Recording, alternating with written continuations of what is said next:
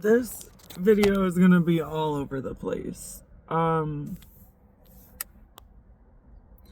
So I want to kind of elaborate on when I was saying that about Pfizer and the Nazis and Hitler, and how it was a possibility that Hitler was scapegoated.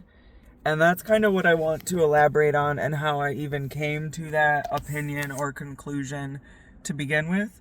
Okay, so I saw this video a while ago of 1930s Germany where everyone was wearing pointy hats. They looked like witch hats. And I don't know if that was a real video or not. And honestly, I don't even know if any videos are real videos unless I make them myself. So it's whatever. But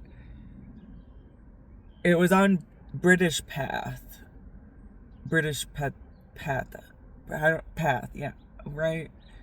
Anyway, so, Hitler was really into the occult. And then you have Crowley, who was around at the same time, who was as above, so below. And then you have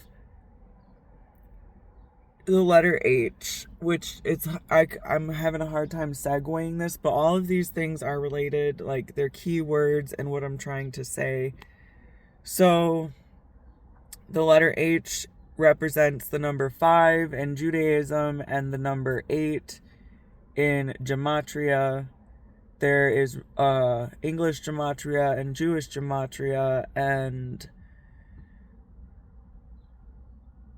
5 and 8 are actually still pretty similar, especially when you consider the letter H being represented by both of those numbers. Just think about the shapes where it's like 2 ends with the line, but the 5 and the 8 are more of a curve, and the H is angular. So like, really, you would, yeah, okay, anyway, so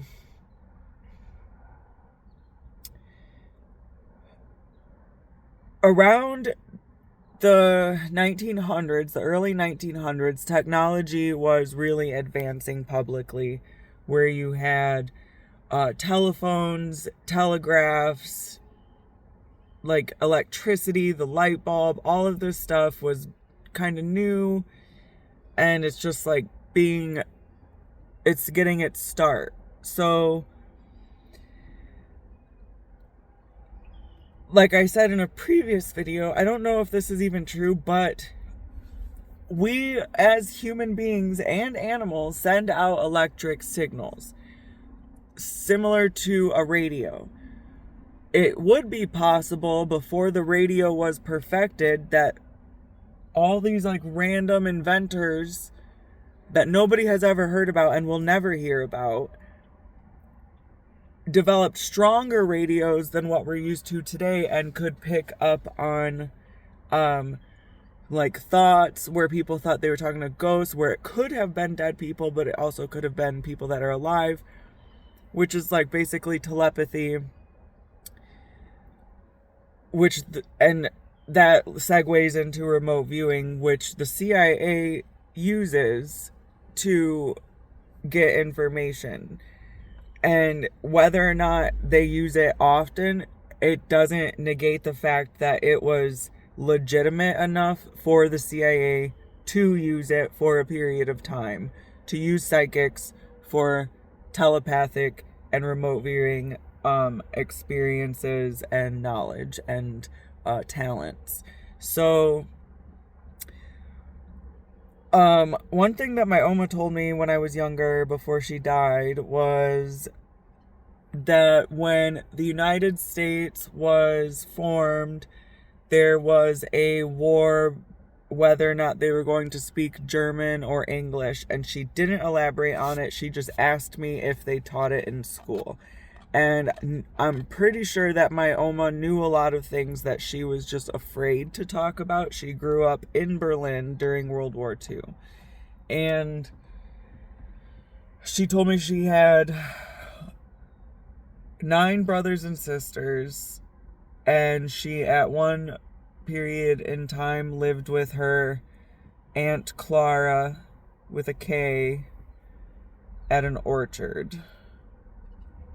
And she was really into the movie Casablanca. And anyway, so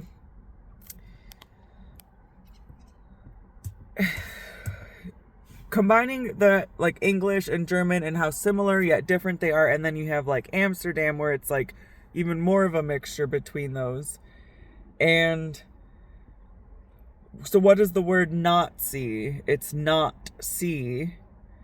Who named them that though? I don't know. And does that even have anything to do with that? But then there's a fucking, and I don't know if it was even real. It doesn't show up on Google anymore, but it used to. The Argentinian flag had like a beanie hat on it. And now when I Google that, it says that it was a Reddit joke, but it didn't say that before.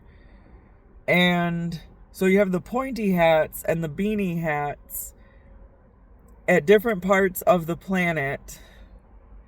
The Nazis were literally doing scientific medical experiments on people. Why wouldn't they have been doing mental, psychological experiments on people, especially at a time when mental hospitals were at an all-time high and circuses were everywhere, where they're like going around showing their abilities to the public?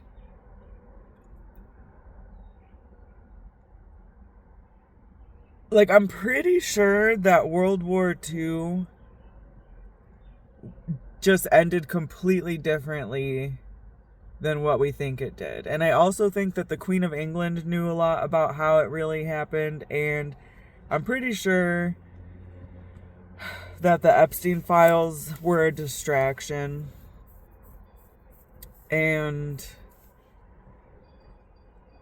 there's just a lot more to World War II and the Nazis and modern medicine today and what they're extracting from us energetically and chemically. I don't know who they are. I think that's the problem though, is like our whole system is run in such a way that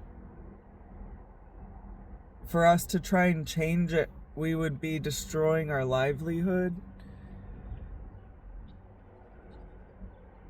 And it's like, that's why I feel like I'm going crazy, because I know what I'm talking about, but then it's like all of a sudden things start going weird in my brain, and they don't do it until I start talking about conspiracy theories too much. And then it's like, oh, my phone starts glitching. Oh, it's just a glitch. Because it's like, life shouldn't be this difficult. It's supposed to be more simple. It's not supposed to be go to work, go to the doctor, pay someone else to make your food, and hope you get some sunshine at the end of the day. I'm gonna cry. Like, and I didn't even say everything I wanted to say about the Nazi thing. Like, I know I need to write it down. But it's just like, I feel like if I could write it down, I would be able to communicate things to other people without sounding like an unstable maniac. But does it even matter? No.